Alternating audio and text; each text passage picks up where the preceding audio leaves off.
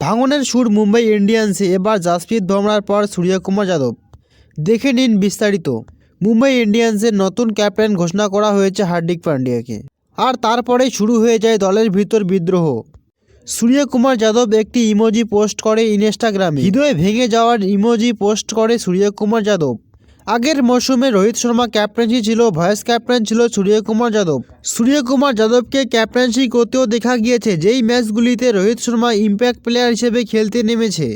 আর এবার হার্দিক পান্ডিয়াকে ক্যাপ্টেন্সি দিয়ে দিয়েছে মুম্বাই ইন্ডিয়ান্স। ক্যাপ্টেন হওয়ার দাবিদার সূর্যকুমার যাদব। মুম্বাই ইন্ডিয়ান্সের 5 বারের চ্যাম্পিয়ন ক্যাপ্টেন রোহিত শর্মাকে সরিয়ে দেওয়া হয়েছে।